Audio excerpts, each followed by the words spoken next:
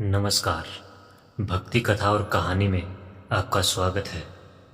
समुद्र मंथन के दौरान निकले 14 रत्नों की सूची निम्नलिखित है। हलाहल विष, कामधेनु, उच्चैःसर्वा, ऐरावत, कौस्तुभमणि, पारिजात वृक्ष, अप्सराएं, लक्ष्मी, सुरा या वरुणी, धन्वंतरी, चंद्रमा, रंभा, कल्पवृक्ष, अमृत। इन रत्नों के प्राप्त होने के बाद देवता और असुरों के बीच विभाजन हुआ और अमृत का पान केवल देवताओं तक सीमित रहा, जिसे भगवान विष्णु की माया से संभव बनाया गया। हलाहल विष। हलाहल विष समुद्र मंथन के दौरान निकलने वाली पहली वस्तु थी, जो एक अत्यंत घातक विष था। इस विष की उत्पत्ति से समस्त सृष्टि को खतरा उत्पन्न हो गया था। देवता और असुर दोनों ही इस विष से बचने के लिए चिंतित हो गए थे, क्योंकि इसके प्रभाव से संपूर्ण सृष्टि का विनाश हो सकता था। इस समस्या का समाधान ढूंढते हुए सभी देवता और असुर भगवान शिव की शरण में गए। भगवान शिव, जो कि सृष्टि के कल्याण के लिए सदैव तत्पर रहते हैं, ने इस विष को पीने का निश्चय किया। जब उन्होंने विष को पिया, तब उनकी पत्नी माँ पार्वती ने उनके गले को पकड़ लिया ताकि विष उनके शरीर में नीचे ना जा सके। इस प्रक्रिया में विष ने उनके गले को नीला कर दिया, लेकिन उसके आगे नहीं बढ़ पाया। इसी कारण भगवान शिव नीलकंठ के नाम से प्रसिद्ध हो गए। भगवान शिव के इस महान कार्य को सृष्टि के कल्याण के लिए उनके अथाह प्रेम और त्याग के रूप में देखा जाता है। उन्होंने समस्त सृष्टि की रक्षा के लिए अपने आप को खतरे में डाल दिया, जिससे उनका स्थान हिंदू धर्म में और भी ऊंचा हो गया। नीलकंठ महादेव की यह कथा हिंदू धर्म में उनकी असीम शक्ति और करुणा का प्रतीक है। कामधेनु। कामधेनु हिंदू मैथोलॉजी में वर्णित एक दिव्य गाय है, जिसे समुद्र मंथन के दौरान प्राप्त अनमोल रत्नों में से एक माना जाता है।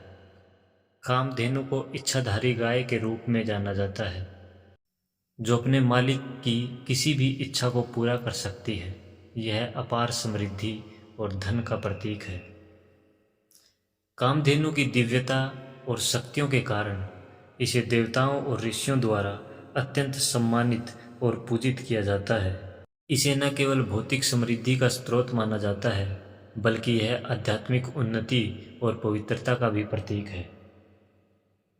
कामधेनु को अक्सर विविध धार्मिक कथाओं और पुराणों में उल्लेखित किया गया है, और यह विशेष रूप से वैदिक ऋषियों और साधुओं की आश्रमों में पाई जाती थी, जहां इसके द्वारा अन्न, दूध और अन्य नैतिक आवश्यकताओं की पूर्ति की जाती थी। कामधेनु की उपस्थिति किसी भी स्थान को धन्य और पवित्र बना देती है, और इसकी पूजा धन और समृद्धि के लिए की जाती है। उच्चैःसर्वा। उच्चैःसर्वा समुद्र मंथन के दौरान प्राप्त हुए दिव्य रत्नों में से एक सफ़ेद रंग का दिव्य घोड़ा है। एक सफ़ेद रंग का दिव्य घोड़ा है, जिसे असाधारण गति और शक्ति प्रदान की गई है। इसे स्वर्ग के राजा देवराज इंद्र का वाहन माना जाता है। उच्चैःसर्वा को अपनी श्वेत वर्णी चमक और अद्भुत सौंदर्य के लिए जाना जाता है। पौराणिक कथाओं में उच्चैःसर्वा का वर्णन एक ऐसे घोड़े के रूप में किया गया है जिसकी तुलना किसी भी सामान्य घोड़े से नहीं की जा सकती। इसकी गति इतनी तीव्र है कि यह क्षण भर में ही विशाल दूरियों को पार कर सकता है। उच्चैःसर्वा का समुद्र मंथन से प्राप्त होना देवताओं के लिए एक महत्वपूर्ण उपलब्धि मानी गई थी, और यह दिव्य घोड़ा देवताओं की शक्ति और समृद्धि का प्रतीक बन गया। ऐरावत। ऐरावत, जिसे समुद्र मंथन के दौरान प्रकट हुआ एक दिव्य रत्न माना जाता है, देवराज इंद्र का सफ़ेद हाथी है। इसे अत्यंत शुभ और शक्तिशाली प्राणी माना जाता है। ऐरावत की विशेषता यह है कि इसके 4 दांत होते हैं और यह सफ़ेद रंग का होता है, जो इसे सामान्य हाथियों से अलग बनाता है। इंद्र के वाहन के रूप में ऐरावत को स्वर्ग की समृद्धि और प्राकृतिक शक्तियों का प्रतीक माना जाता है। पौराणिक कथाओं में ऐरावत का वर्णन एक अत्यंत सुंदर और दिव्य प्राणी के रूप में किया गया है, जिसकी सवारी करने वाले देवता भी अपनी दिव्यता और शक्ति में वृद्धि महसूस करते हैं। ऐरावत को कभी कभी इंद्रलोक की शांति और समृद्धि का संरक्षक भी माना जाता है। कौस्तुभ मणि। कौस्तुभ मणि समुद्र मंथन के दौरान प्राप्त दिव्य रत्नों में से एक है, जिसे अत्यंत मूल्यवान माना जाता है।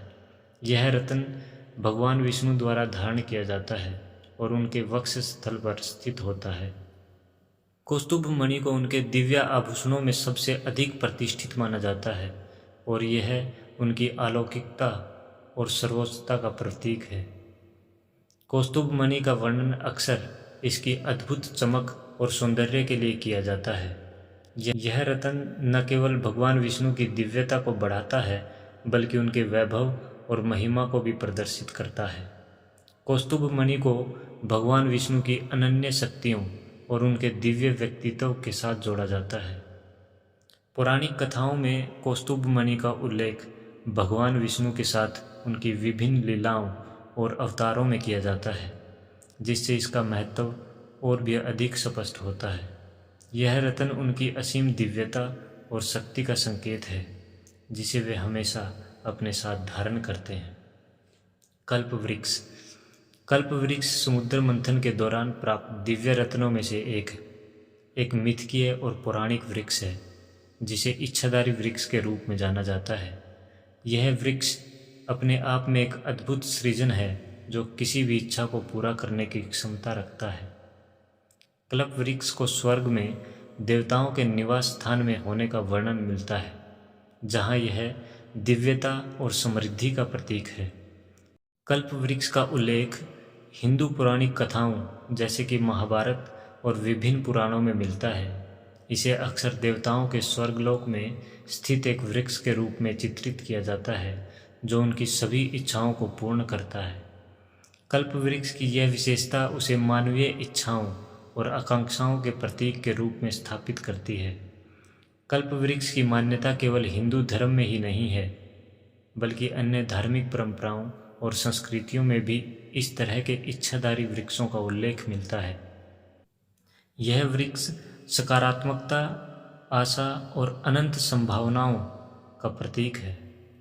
धार्मिक कथाओं और कला में कल्प वृक्ष की छवि आमतौर पर शांति, समृद्धि और नैतिकता के संवर्धन के साथ जुड़ी होती है। रंभा। रंभा हिंदू पौराणिक कथाओं में वर्णित एक अप्सरा है, जिन्हें स्वर्ग की निवासिनी माना जाता है। वे सौंदर्य और गुणकारी विशेषताओं के साथ जानी जाती हैं और उनका नृत्य और आकर्षण देवताओं और मनुष्यों को मोहित करता है। रंभा का उल्लेख महाभारत, रामायण और विभिन्न पुराणों में मिलता है। वे देवताओं के स्वर्ग में नाट्य और संगीत का आनंद उठाती हैं और अप्सराओं की रानी के रूप में उनका उल्लेख किया जाता है। रंभा को अप्सराओं की महारानी के रूप में भी वर्णित किया गया है और उनके नृत्य और सौंदर्य की कहानियाँ धार्मिक परंपराओं में प्रसिद्ध हैं। उन्हें भगवान इंद्र द्वारा प्यार का आदान प्रदान किया गया था और कई कथाएं उनके प्रेम और अनुभवों के बारे में हैं। रंभा की कथाएं अधिकतर उनके प्रेम और विवाह से जुड़ी होती हैं और उनका काहे का विवाह और प्रेम से जुड़ा होना उनकी प्रतिष्ठा को और भी बढ़ाता है। रंभा के नाम से शौरसेनी, जिसका अर्थ होता है आकर्षणीय, भी कहा जाता है। उनकी कथाएं संगीत और सौंदर्य की महत्ता को प्रस्तुत करती हैं और उन्हें एक दिव्य प्राकृतिक सौंदर्य का प्रतीक माना जाता है। लक्ष्मी। लक्ष्मी धन, समृद्धि और भाग्य की हिंदू देवी हैं, जिन्हें समुद्र मंथन के दौरान प्रकट होने वाले दिव्य रत्नों में से एक माना जाता है। देवी लक्ष्मी का उद्भव समुद्र मंथन के समय हुआ था, जब वे पूर्ण रूप से सजी हुई और कमल के फूल पर विराजमान होकर प्रकट हुई। उनके इस प्रकटीकरण को सभी देवताओं और असुरों ने देखा और उनकी सुंदरता और तेज से सभी मोहित हो गए। देवी लक्ष्मी को धन और समृद्धि के साथ साथ शुद्धता, आकर्षण और उदारता का प्रतीक माना जाता है। उनके हाथों से निकलने वाले सोने की धाराएं उनके द्वारा प्रदान की जाने वाली समृद्धि और धन को दर्शाती हैं। समुद्र मंथन के बाद जब देवी लक्ष्मी ने एक पति चुनने का निर्णय लिया, तब उन्होंने भगवान विष्णु को चुना। इस प्रकार देवी लक्ष्मी और भगवान विष्णु का विवाह हुआ, जिसे हिंदू धर्म में आदर्श दिव्य जोड़ी के रूप में देखा जाता है।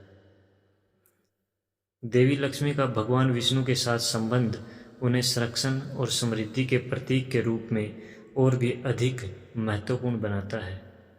उन्हें अक्सर भगवान विष्णु के पास विराजमान या उनके चरणों में सेवा करते हुए चित्रित किया जाता है। सुरा या वरुणी। सुरा या वरुणी समुद्र मंथन के दौरान प्राप्त दिव्य उत्पादों में से एक है, जिसे मदिरा या अल्कोहल का देवी माना जाता है। इस दिव्य मदिरा का उत्पादन समुद्र मंथन की प्रक्रिया के दौरान हुआ था और इसे देवताओं और असुरों द्वारा बहुत मूल्यवान माना गया। सुरा या वरुणी को प्राचीन हिंदू धर्म में जीवन के आनंद और उत्सव के साथ जोड़ा जाता है। सुरा या वरुणी का उल्लेख हिंदू पौराणिक कथाओं में विभिन्न रूपों में मिलता है और यह उत्सवों और आनंद के अवसरों पर देवताओं द्वारा सेवन किया जाता था। हालांकि इसका सेवन संयम में किया जाना चाहिए, क्योंकि अत्यधिक सेवन से नकारात्मक प्रभाव भी हो सकते हैं। वरुणी को कभी कभी वरुण देवता, जल और समुद्र के देवता की सहधर्मिणी या साथी के रूप में भी देखा जाता है। इस प्रकार सुरा या वरुणी का महत्व हिंदू पौराणिक कथाओं में देवताओं के जीवन और उनके उत्सवों के संदर्भ में अधिक है। चंद्रमा। समुद्र मंथन के दौरान प्रकट हुए दिव्य रत्नों में से एक चंद्रमा भी थे। चंद्रमा को हिंदू धर्म में सौंदर्य, शीतलता और शांति का प्रतीक माना जाता है। जब चंद्रमा समुद्र मंथन से प्रकट हुए तो उन्हें भगवान शिव ने अपने सिर पर धारण किया। इस कारण से भगवान शिव को चंद्रशेखर भी कहा जाता है, जिसका अर्थ होता है जिनके सिर पर चंद्रमा सुशोभित है।